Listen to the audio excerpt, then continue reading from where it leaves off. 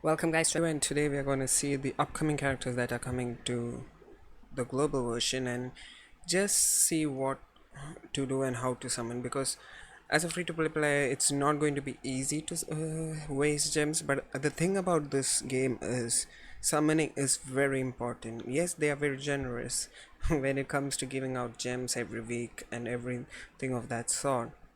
But what I've noticed from playing this game is that coins is important, especially the platinum coins and the silver coins. Silver coins are very important when it comes to stamina potions, and without stamina potions you can't farm up your books nor your boss battles or any of that sort when it comes to half stamina save, which I have suffered a lot. So for 2-3 weeks I have been summoning, so my gold platinum coin shop means I was getting regular stamina potions, but again I'm out of coins after the summons, after after going for the books last week. So again I'm in a situation where if I don't summon for a long time I'll be in big trouble. So summoning, they made summoning such an important matter, also by helping free to play players, which I just like, so nobody can come what do you say complain on the fact, because they give enough ammo gems. So I, as a free to play player, you'll be thinking, how do you manage to summon in at proper intervals and do not waste your gems on very bad units? So that's what I'm going to discuss today. So first of all, I'm going to discuss the units that will be coming, a brief talk on their banners, and then I'll say what I'll be doing and what most of you should do, because it makes, at least for me, some sense. I don't know about the others. And you, even though that doesn't make sense to you, the pattern which I'm gonna say, you can also put it for any way possible. So if you watch the video till the end, it would be great. You'll understand. And I'll be talking about the AOT collab as well, which is coming to JP and sometimes might be in global, but I don't think so. If you want to hear about my AOT collaboration video or discuss whether it's coming on global, I'll put it in the cards below. Otherwise you can wait till the end of the video. So the unit here, the first unit here, is Coin Shop Escano. So he came with the New Year's banner, I think. Yeah, he came with the New Year's banner and he's a coin shop unit. So he's Escanor. He has very high CC, combat class CP 4309, and he's just a very good unit. So we go to his passive here. He increases HP related stats by 50% for 3 turns. So he has massive HP when he starts the battle, and his skills are inflicts single target damage of 180% to 70% and 450% with amplify on it. That is 30% extra. It's just almost the same skill as Gallant.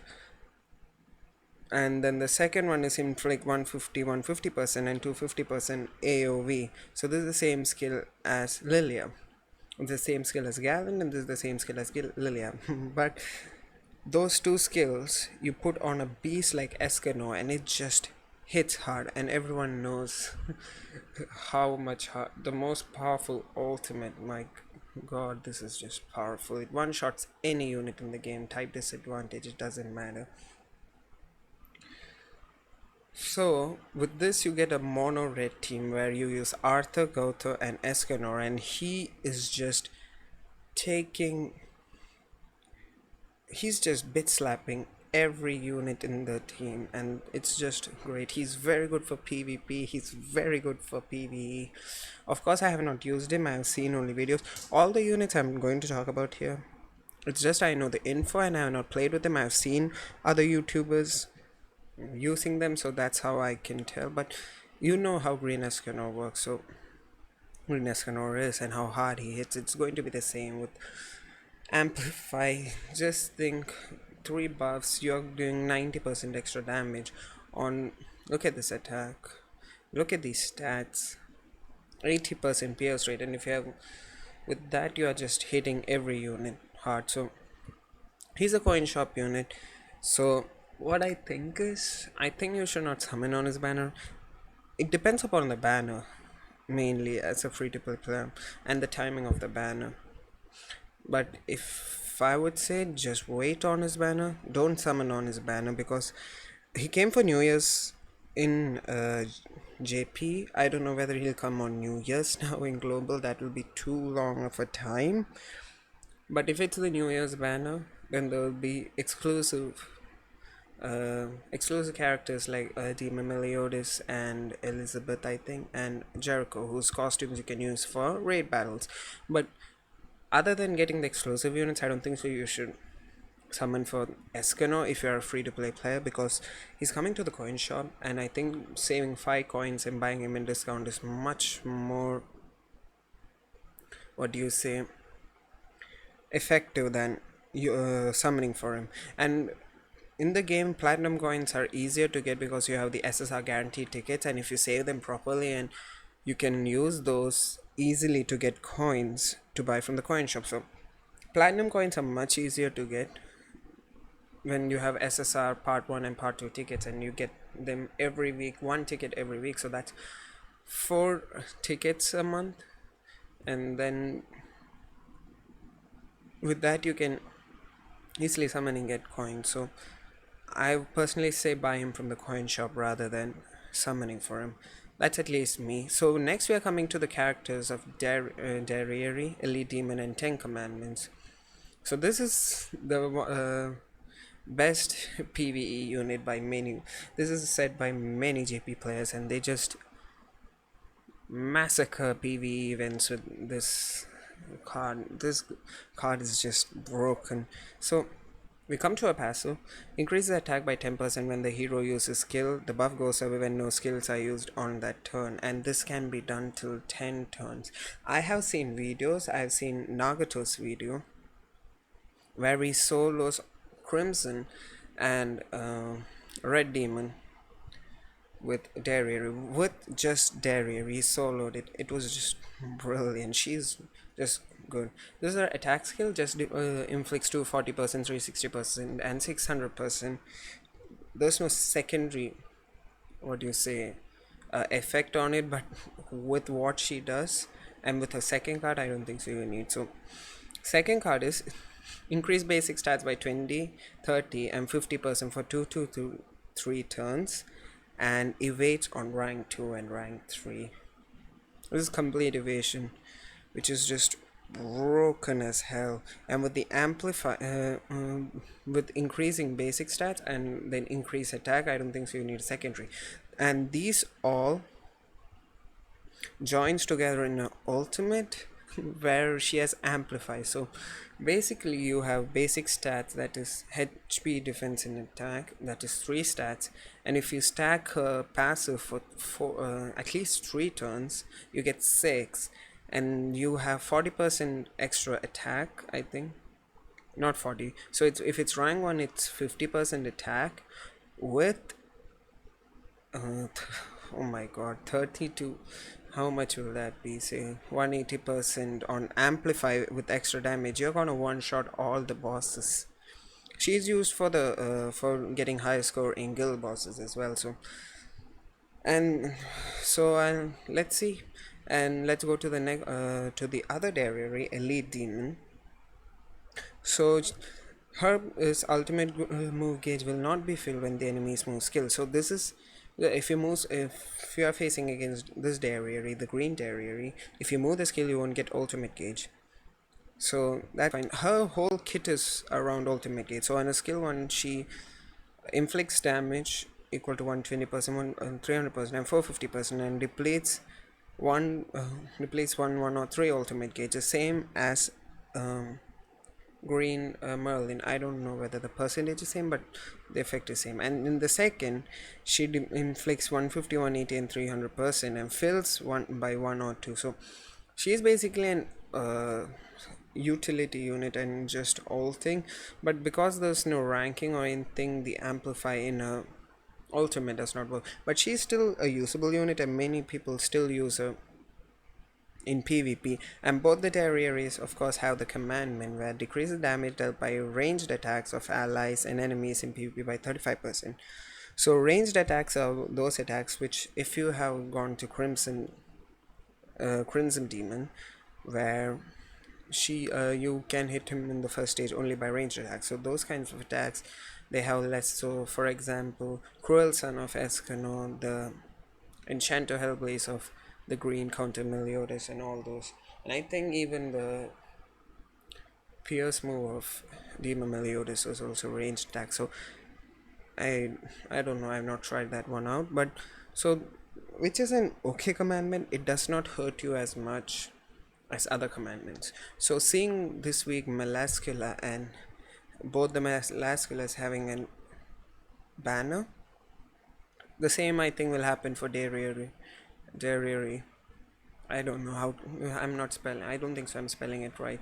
So they these both will also have this single banner, where the green one is the coin shop and the red one is the banner unit. So I'll come back to this. I'll come back to the banners again. So now we have the Estarossa, one of the 10 commandments, Estarossa and Estarossa of Love. So we'll go first with a coin shop unit, the red one. So inflicts damage equal to 220%, 220% for 2, and 360% with disabling recovery skills for 1, 2, and 2. So, and second is extension in this showing is Ruin, which I don't know whether it's true or not. I don't know what extension does. 160%, 240%, and 400%. And increases attack by 10% per debuff on hero. Is an okay card. Not many of them use this Estarossa because the green Estarossa is so much better. I'll come to this ultimate. I just wanted to share the kit of the coin shop Estarossa, and it's not great. It's not the best, but when we come to green Estarossa, it's a different thing. So his passive is removes debuffs and grants debuff immunity on the ally that assumes a stance for 2 turns. So basically what he does is if anyone assumes a stance like a counter stance or anything, he applies debuff. So you can't debuff him for 2 turns. Whenever he takes a taunt stance, you can't debuff him. Just like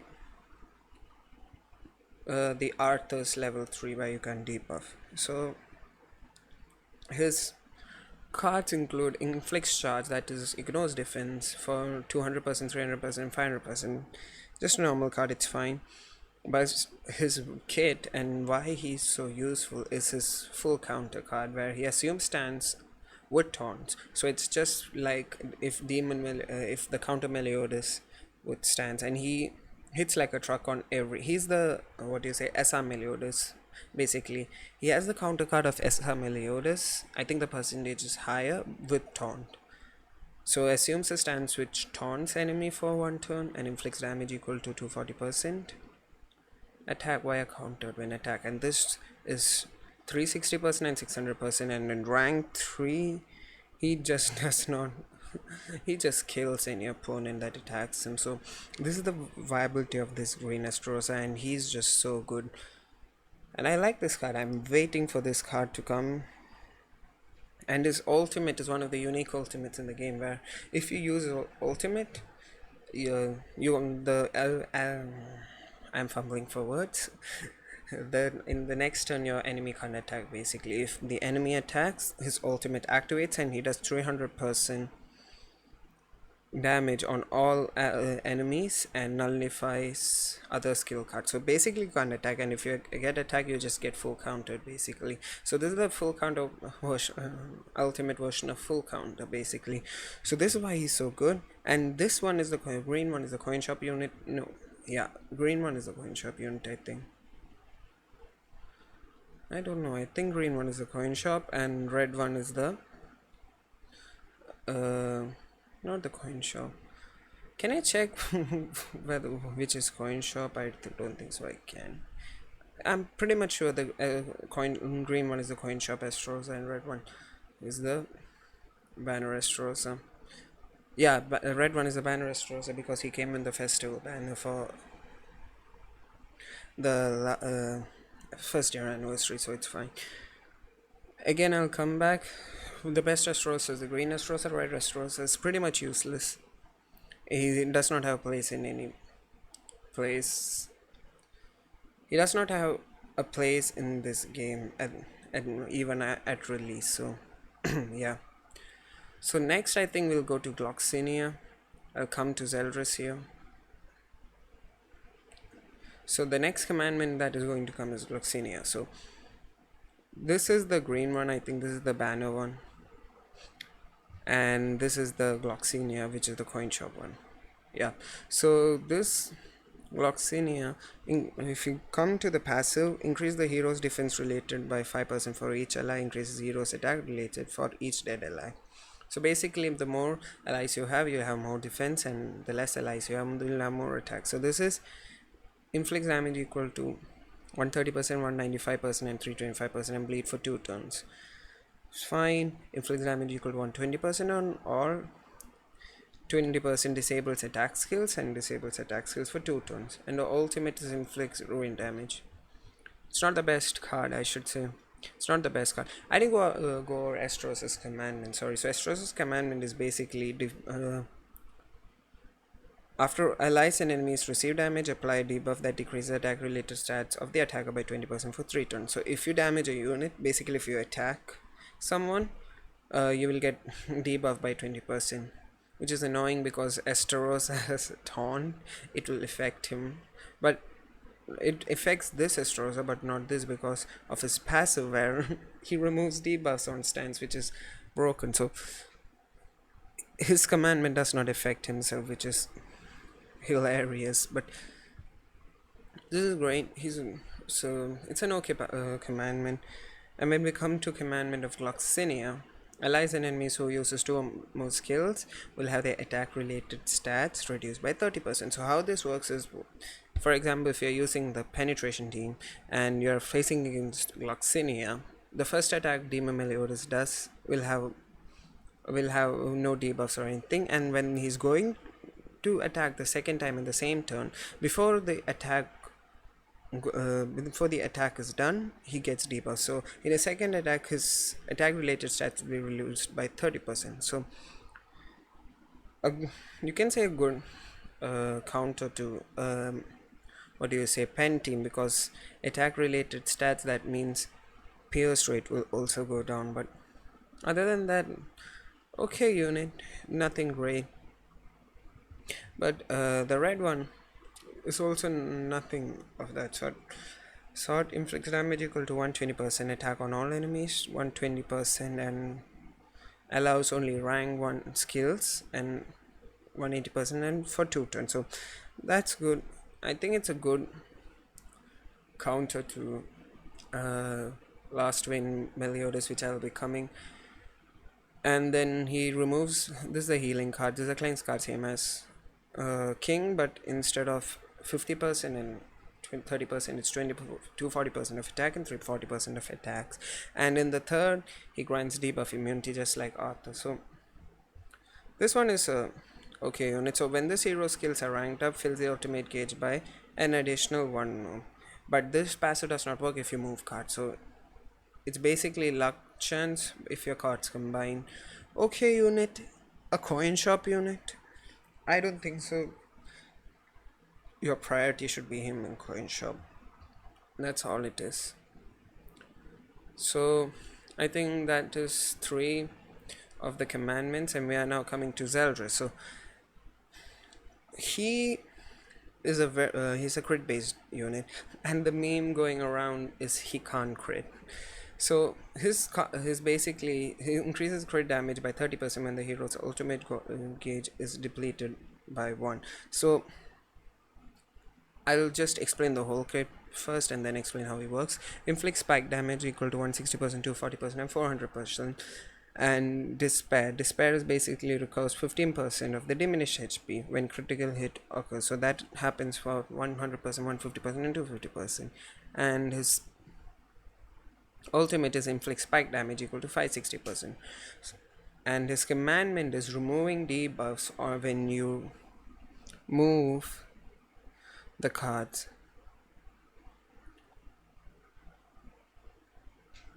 So sorry, I was just reading the commandment. So what happens is when you move a card, it removes the debuffs, but The negative of this is it removes a old gauge as well, so that's an issue. So how this unit works is basically it works on crit damage.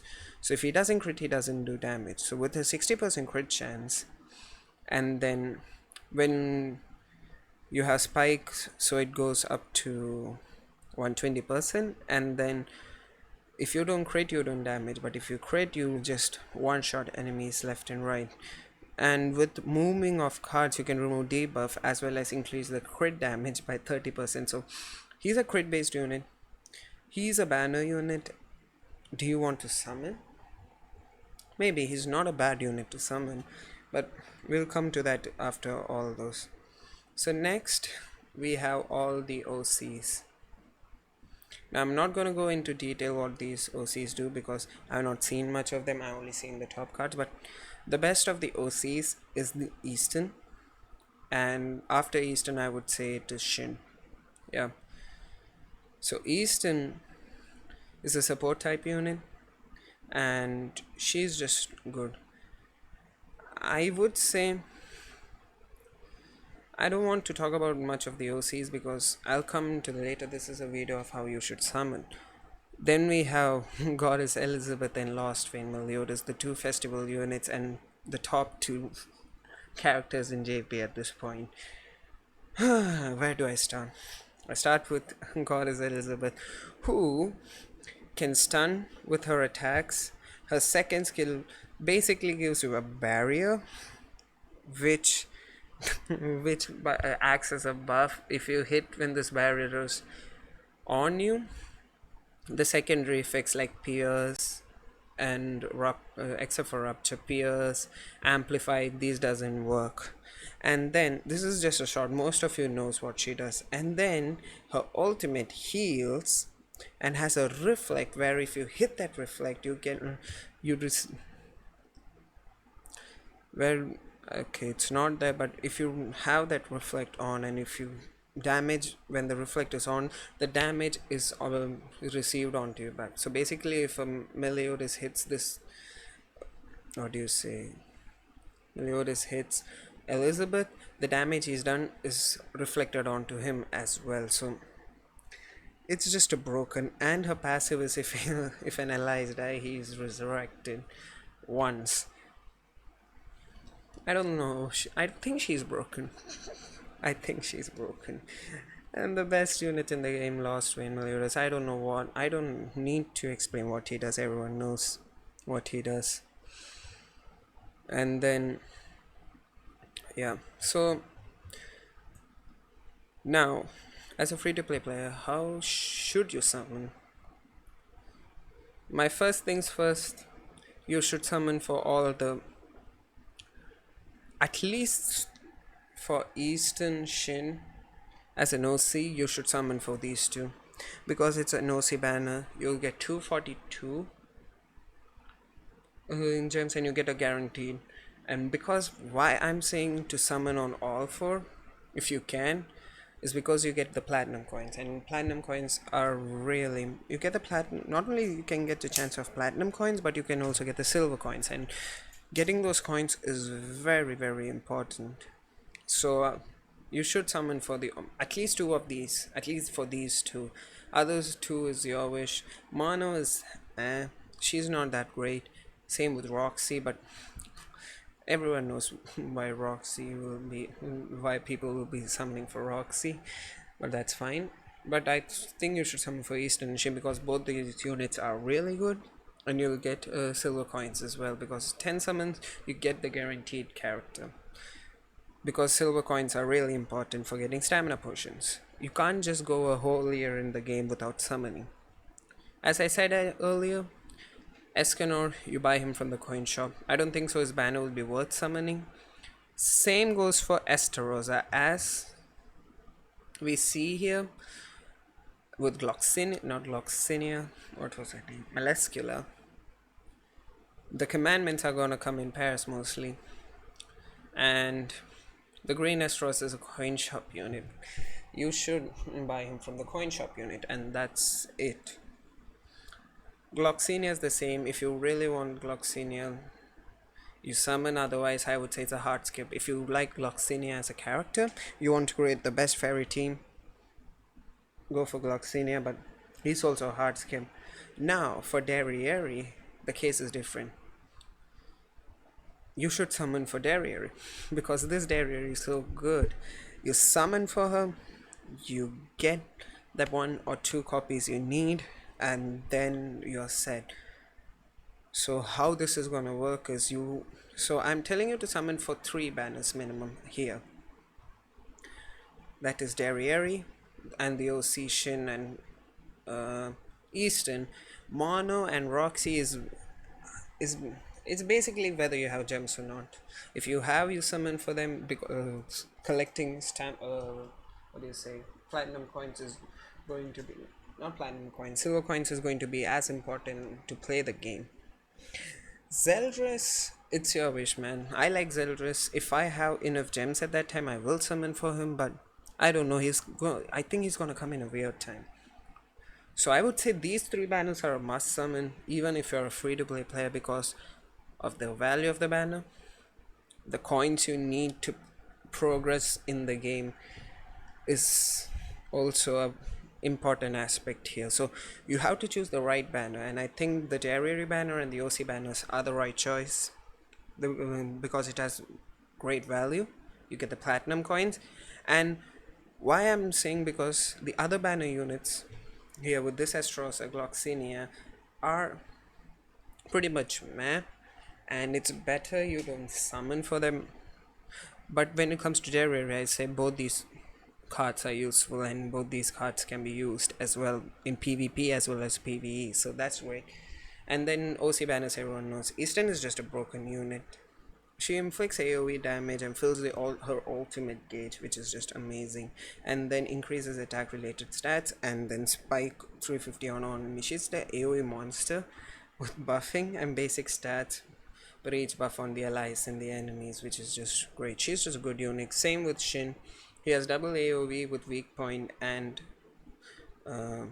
removes ultimate gauge. Yeah, this is the same card as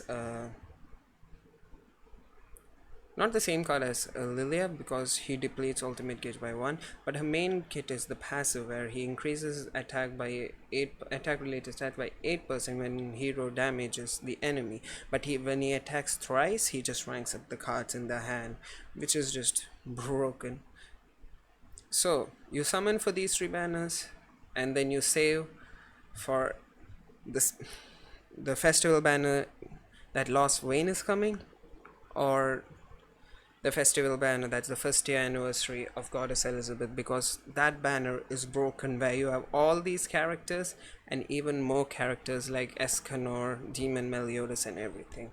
So summon in between. If you're summoning, you have to summon in between if you want to progress in the game properly. So I would suggest the Darriere banner and the OC banners. That's it.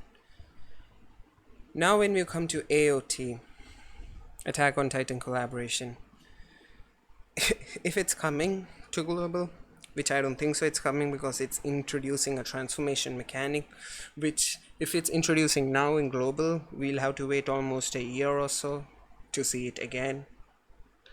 But if it's coming, the characters look just good, and I would say just summon. Even if you're a free to play player, you have the gems, just summon, because those characters are good, exclusive characters as well, and just summon.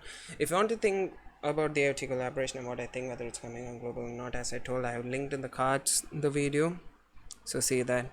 And I think that should be an end. It's a very long video. I think it took about 20-25 minutes, which is just too long, but I wanted to become size of what I have to say and how I will be summoning, and the best way to save your gems for Lost Vein Meliodas. So that's it for this video. If you like the video, share the video to others so that they also get a gist of an idea. At least propagate this idea and see. I just want to see others' opinion on what I'm saying, and hit the like button, hit the subscribe button, and I'll see you in the next episode.